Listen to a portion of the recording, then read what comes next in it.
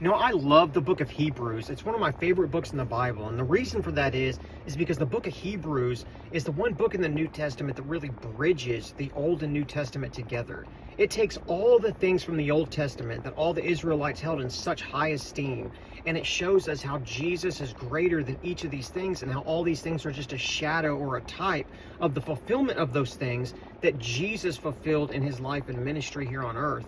That everything that the Old Testament talks about is revealed in the person of Jesus Christ. Chapters 1 through 4 talks about how Jesus is greater than the prophets, how he's greater than the angels, how he's greater than Moses, how he's greater than the Sabbath, how he's greater than Joshua, who brought the Israelites into the place of rest, into the land of Canaan, the land of milk and honey. But Jesus is a greater Joshua, because he brings us into the true place of rest, into paradise, right? It talks about in chapters 5 through 10 how Jesus is a greater high priest, how Jesus is a greater Abraham, how he's greater than the Levites because he's from the priestly order of Melchizedek, which is a far greater priesthood than the Levitical priesthood.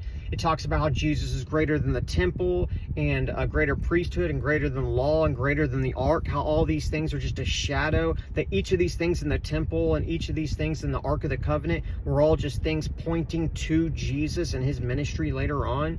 He talks about how Jesus is a greater sacrifice because his sacrifice was once for all time. It's greater than the blood of bulls and goats that could never clear our consciences or take away sin. Jesus' sacrifice was able to completely clear our conscience because it was once done for all time and clears all of our sins out, just one and done. And it talks about how Jesus brings forth a greater covenant because it's a covenant based on the promise that God made to Abraham. And it's not based on the things that we do or whether or not we're good enough to uphold this law or these commandments. It's based on the work that Jesus did. And because it's built on a promise between God and himself, it cannot be broken by anything that we do. And so it's a far greater covenant than the covenant God made with Moses.